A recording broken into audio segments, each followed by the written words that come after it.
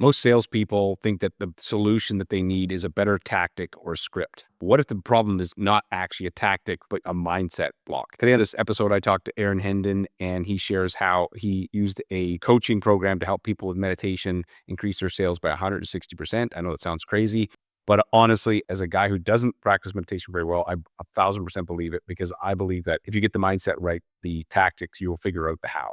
But it's not enough to just say you need to meditate. In this episode, Aaron breaks down some specific tactics that you can do to apply this right now in your business. We talk about the connection between stress and performance.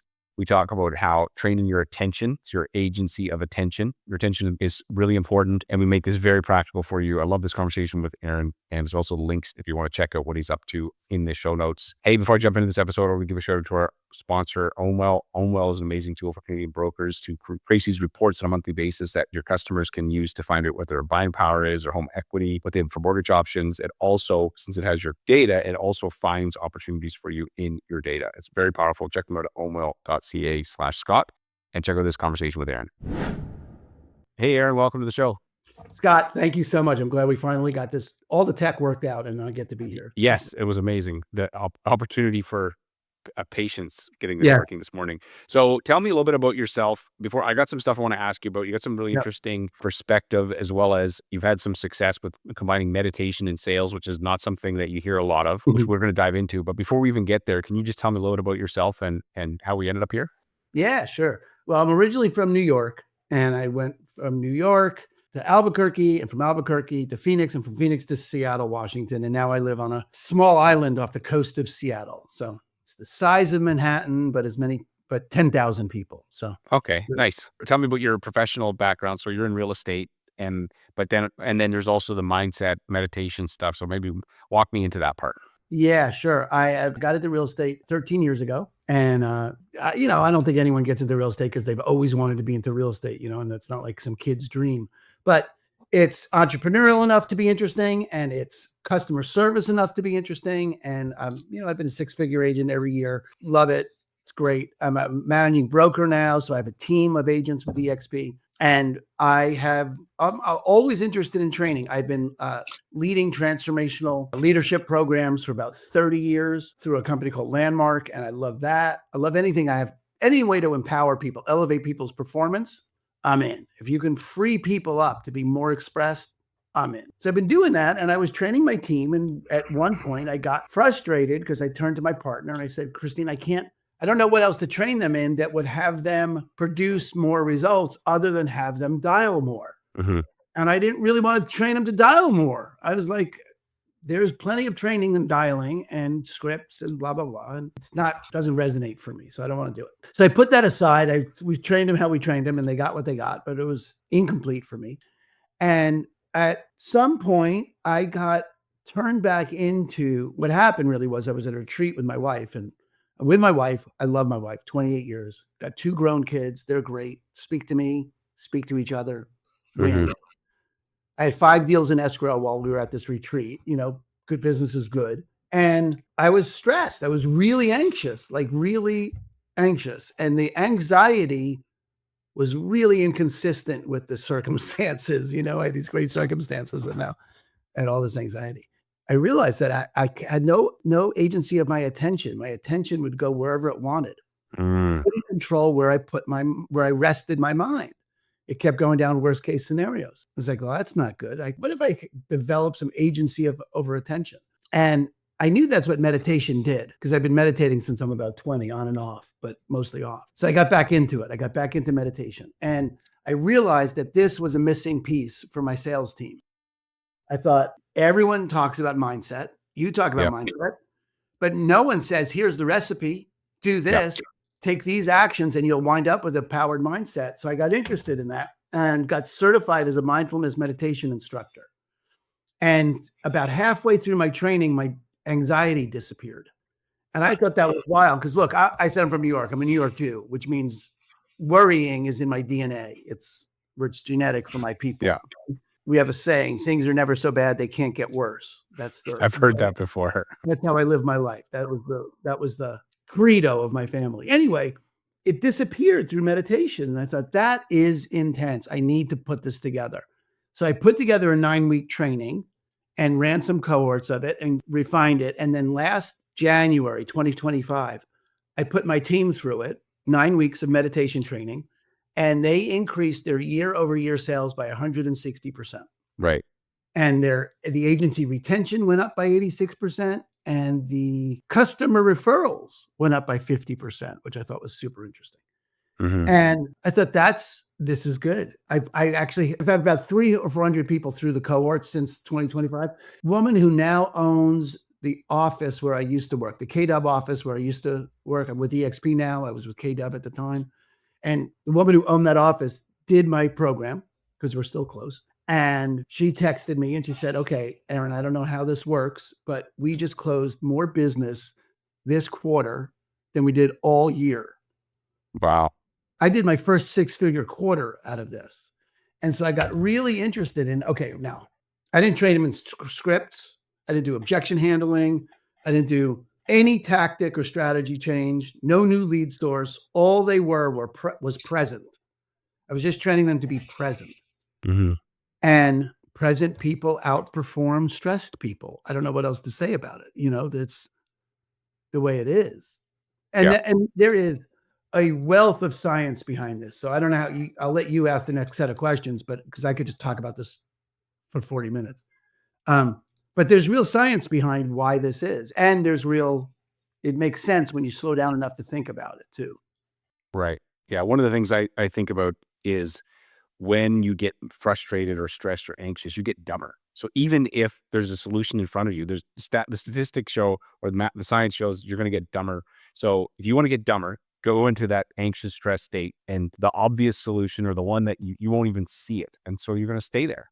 Well, I love that you said it that way, Scott. It's so good. I'm going to steal this from you because it's so good. Because here's how meditation increases performance. Okay. It's directly connected. So, first, the science behind it is clear. Like, you're growing your prefrontal cortex and you're shrinking your amygdala. The way working out resistance training grows muscles, meditation changes your brain physiologically, not spiritually, not woo woo.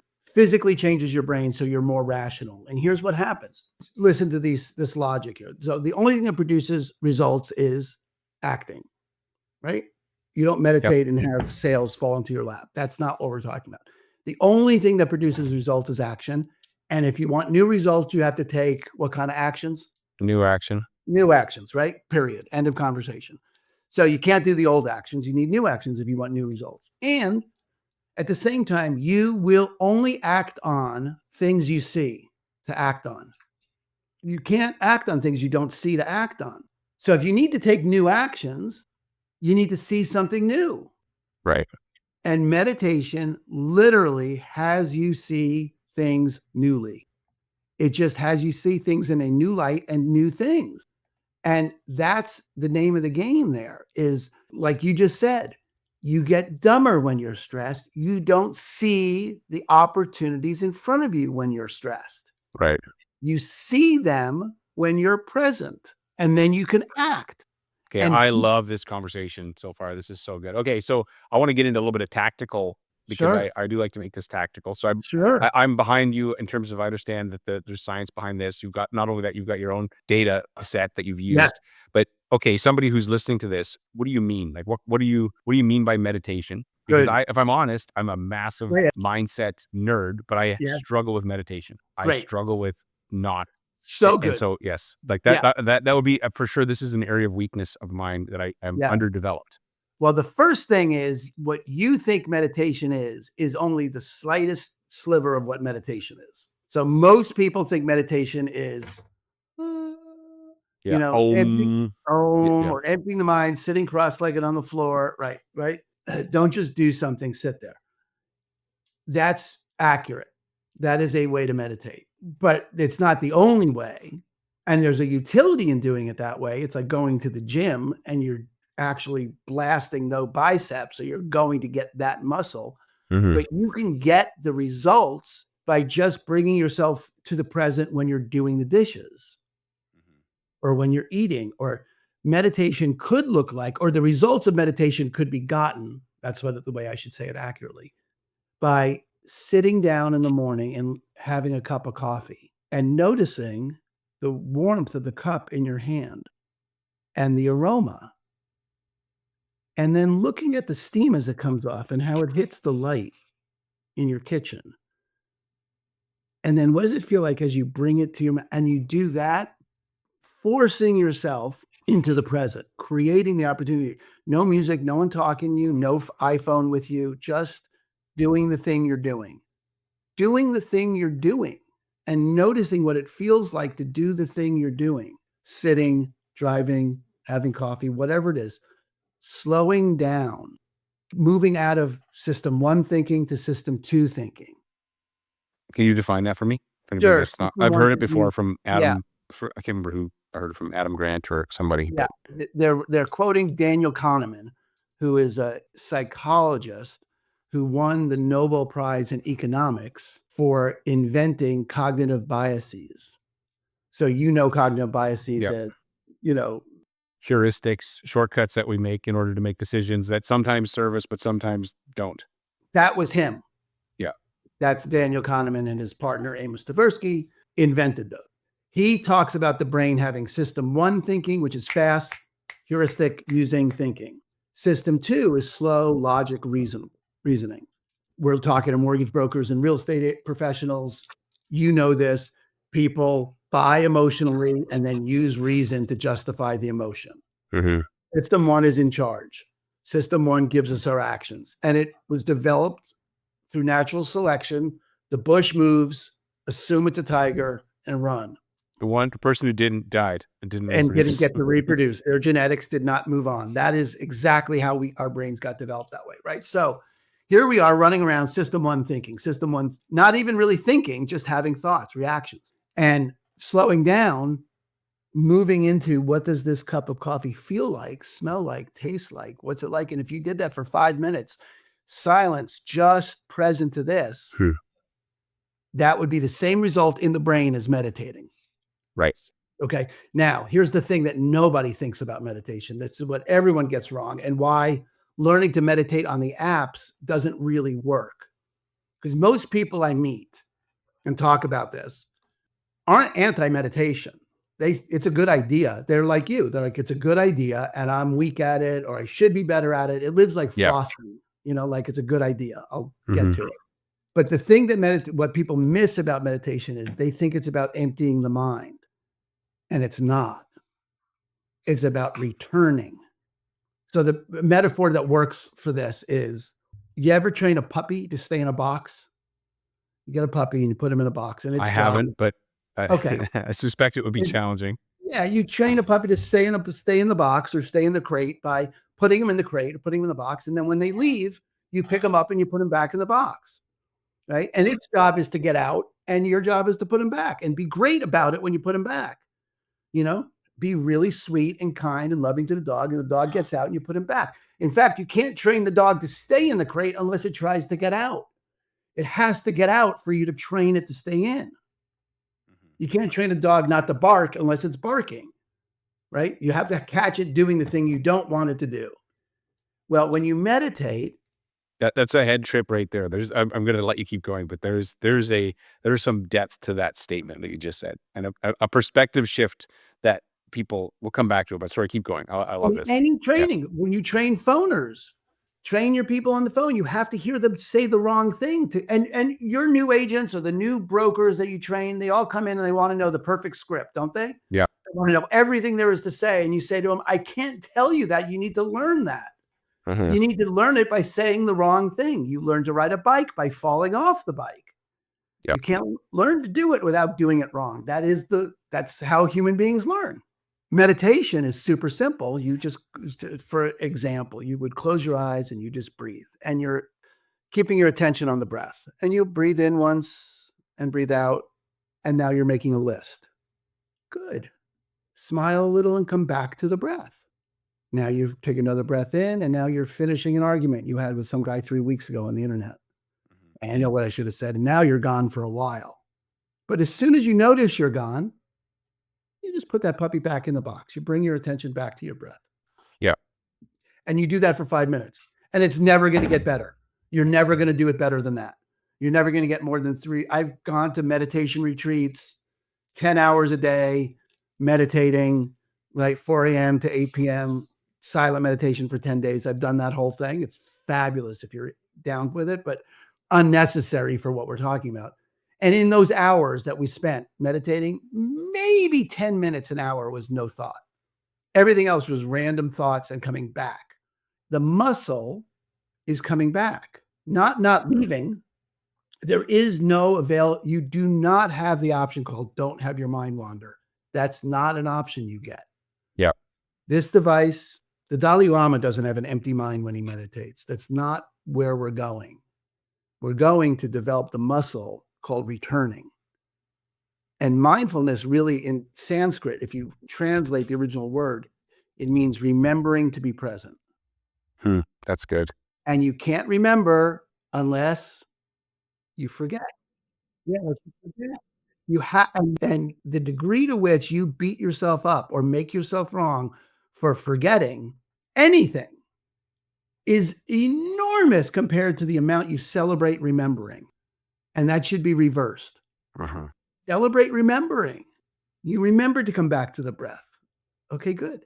And that you're not meditating. So that's a big misconception about meditation, that I'm going to clear my mind and sit here with empty. No, you're not. You're going to sit there and watch your thoughts and keep coming back to the breath. And maybe you won't even get a whole in and an out. You'll just get an in. And then your mind goes, am I doing this right? And you'll notice, am I doing it right? You come back to the breath. The more you come back, the bigger that muscle of your prefrontal cortex is growing, and the smaller and thinner your amygdala is getting. You're moving out of fight, flight, fright into rest and digest. You're changing your physiology. You're growing your brain the way you would grow muscles. And it is not so that you feel better after you meditate. You're not doing it to get the experience of the 10 minutes. You're doing it so that when your microphone breaks, where you Yeah. can't get the camera on, or Yeah. that client Why do you goes, say this is oddly specific? yeah, sorry, or the client goes to, or you find out they bought a car 3 days before closing, Uh-huh. you don't lose your shit. Yeah. That you can be, okay, that's what reality is. That's what's happening now. And I can breathe and feel my feet on the ground. And I know that I'm okay. And I have tools to handle the stress that's inherent in our careers and our families. And I can be present and available for all of it. And you are exponentially more effective when you're present. Right. I mean, we live in the age of distraction. So, okay, I love this idea. Just put the puppy in the box or use your breath Yeah. as sort of the centering point. Is there any other strategies or suggestions you have? Is there, because you said it's just one slip, me Yeah. thinking I'm going to lay there and go, or sit there and go, Om is one. Is there any other techniques that you think people would find useful? I train people for free. So if anyone's interested, I have live cohorts that go all the time, but you can find meditation training in every city in the world for free. I don't charge for mine. I do it on a sliding scale, pay whatever you want. That's common in the mindfulness meditation space, that you should not have to pay someone to train you to meditate. And then there's a lot of different ways to do it. There's walking meditations, eating meditations. You can just commit. What is your favorite? Okay. What has been your favorite meditation? I do start with breath. I have a mantra meditation that I do. I do also what's called loving kindness meditation, and that's really challenging sometimes, where you are sending loving kindness to yourself, to others, to strangers, people you love, and people you disagree with. And we could get into the woo of it all, but you are innately kind. Human beings are innately kind, and then we layer all kinds of protection and armor over that. But when you can generate being loving and kind to yourself, look, there's no downside to being kind to yourself. And, mostly we are ridiculously hard on ourselves.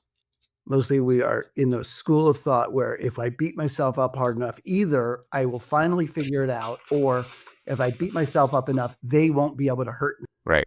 And neither of those, look, if either of those were going to increase your performance, they would have already, because you practiced your whole life at that. Let's just try a little kindness. Let's just try being nice to yourself. Some compassion for Yeah, some yourself. compassion for yourself, for being where you are. Mm-hmm. And so those are the meditations. But the practice that I find most useful is taking a breath or two It's just connecting with this is the way my feet feel on the ground, Mm. connecting with the way my body feels, because the mind time travel. Your mind is always in the past, relitigating, or in the future, avoiding something Right. or striving towards something.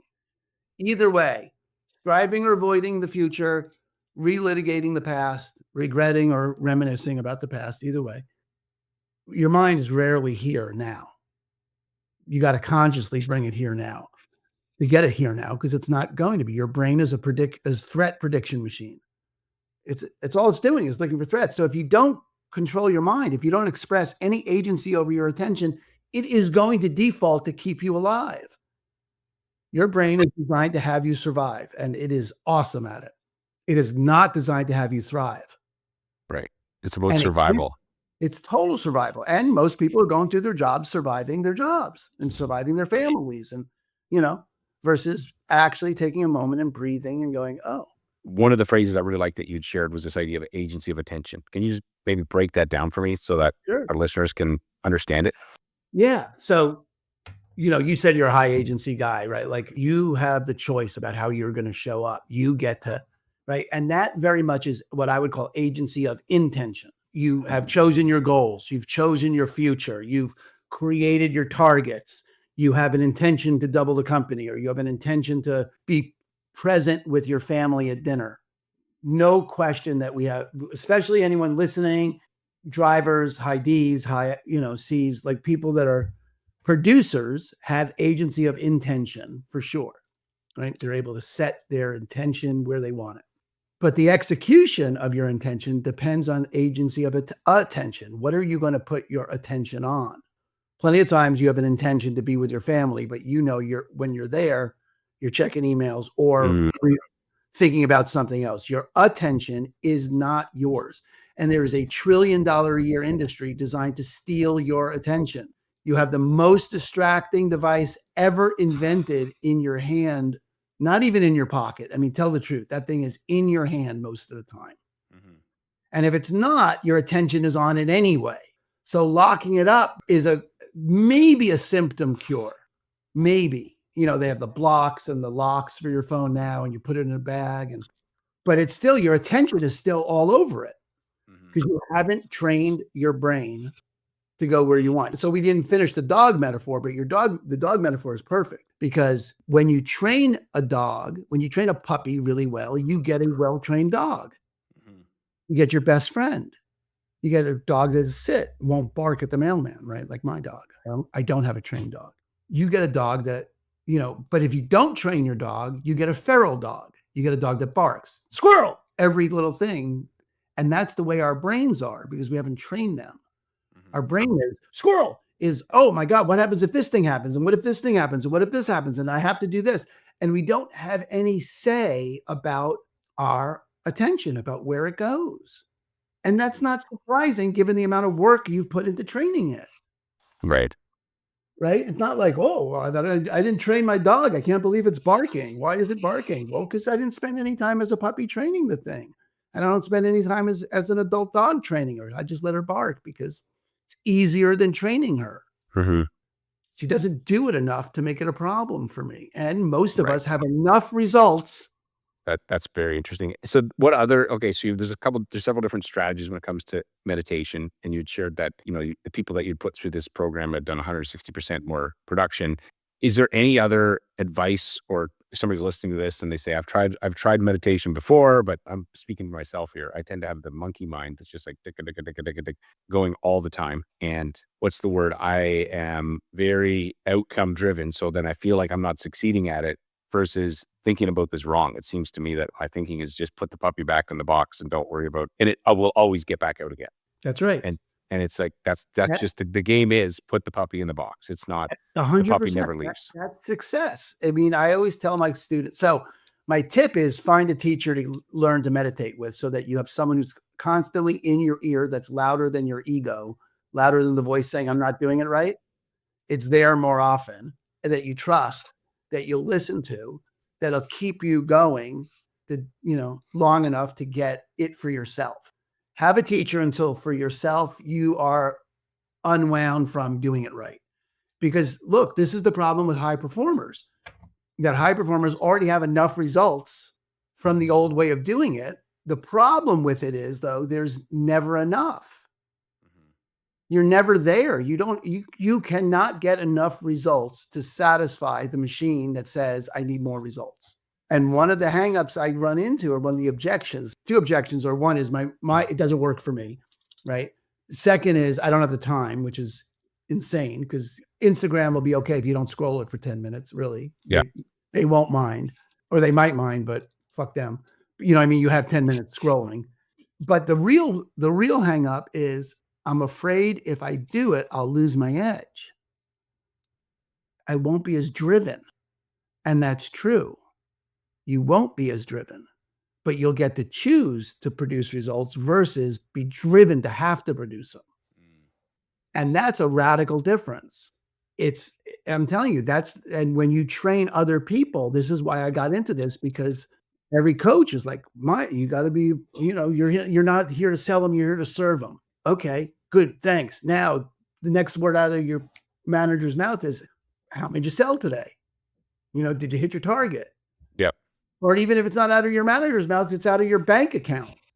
Your bank account's not there to have you serve people. Your bank account needs you to sell people. Mm-hmm. And you know that. And so putting icing on mud doesn't make a cake. Mm-hmm.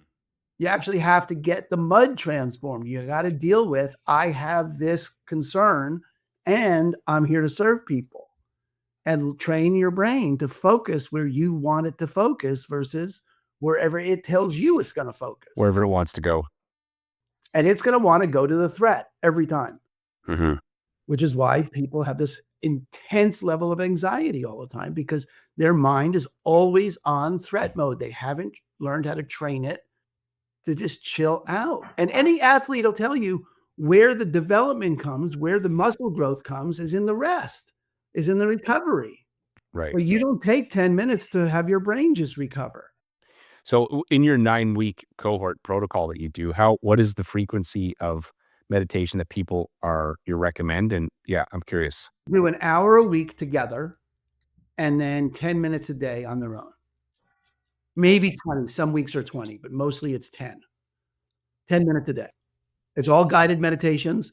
You don't have to make anything up, and again, seasoned meditators listening, do whatever you normally do, and whatever works for you. You can't do it wrong. When you learn, this is the thing about kindness. Okay. When you learned how to walk, I don't know, you ever train a person to walk, baby? No. Well, my kids, yes, but they sort of, I just caught them. I hold their hand. Okay. No, that's exactly right. You just caught them. Every time they stood up on their chubby little legs, Scott, you cheered. Yeah. And if they fell forward, you yelled to your wife to come in and see. They just walked. Yeah. Every attempt was met with a cheer. Right. When was the last time you learned something new and you cheered at every attempt you made? Right. Never. Not since I was a kid. Not since you were a kid. Were you in the presence of such unconditional loving kindness that when you learned how to walk, and that was and meditation or dialing or moving up a level from one price point to another, or recruiting, or whatever it is, whatever your target is, you're always bad at it till you're good at it. Right. And if you will just celebrate the attempts, you will get so much farther, so much faster than you will beating yourself up. But again, you have enough track record that beating yourself up will produce this level of success. The devil I know. Right. It works to a point, but there's a cost to it. There's a cost to it and there's a ceiling to it. Yeah. Look, when Tim Ferriss, you know who Tim Ferriss is? Yeah. The guy who wrote 4-Hour Work Week. He wrote a book called The Tools of Titans, which is, he interviewed 200 or so of the world's top performing athletes, billionaires, like that, right? Top performing people. No one practice was more common, 80%, than having a mindfulness practice. 80% of the world's top performers do this. You can zig while they're zagging, knock yourself out, man. You try and get it without a mindfulness practice, but 80% of them have trained their brain. Mm-hmm. That's okay. And 10 minutes a day. The Buddhists say everyone should meditate for 20 minutes a day, unless you don't have time, and then you should do an hour. Right. right? So 10 minutes a day is sufficient to get this started. And honestly, one breath. Just take a breath. Do it intentionally. Just feel your feet on the ground. This is what my feet feel like on the ground because your feet are always in the present. Your body is always in the present. So if you can just connect to the sensations of what it feels like, you're now in the present. Yeah, You that's will good. see new shit to act on. I promise. When your stupid brain shuts down, it goes, okay, I'm here. I don't need to limit the options because that's what fight, flight, or fright is doing. That's what the frustration is doing. It's limiting the options so that the pain goes away quickly. Mm-hmm. Right? It's laser focused on the problem, doesn't see the wider range of scenarios available to us. And that's what meditation will provide for you, is allow you to see the big picture of everything that's available to you. Right. Yeah, that's so good. Aaron, where can people find you online if they want to find out more about what you're doing or Yeah, your sure. They can go to aaronhendon.com and all my stuff is there. How to Live a Grateful Life in a Fucked Up World is the name of training, and that's there as well. And the book that's coming out on that will be out in the end of July sometime. amazing. And on the meditation, how often are you running these cohorts? Or people joining anytime? Next one starts July 1st. I run them live. They run 9 consecutive weeks, and then I usually take a couple of week breaks. So I'll do 2 more this year, for a year.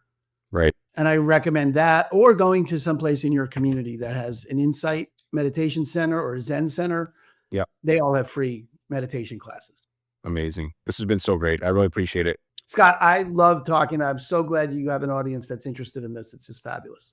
Hey, thanks again for listening. And hopefully you got some inspiration from my conversation with Aaron. I know I did. I'm a huge believer in the power of mindset and how it can have a profound effect on your outcome. And one of the things that we do here at Rhode Island Mortgage Brokering is a daily mindset call. So Mortgage Mindset Daily. We've been doing this since January of this year. And if you're interested, if you want to fine tune or tune up your thinking to improve your business, I'd love that you check that out. You can either hit me up on social or click on the show notes. You'll find a link to that. Come check it out. There's some amazing brokers on there. We're there every day, 5 days a week. And it's been such a fantastic community. Check that out. Thanks again for listening. And as I always say, there's no problem in your mortgage business someone else hasn't already solved. Your problem is finding the answer when you need it. This podcast is designed to provide some of those answers. Thanks for listening. And I will see you on the next episode.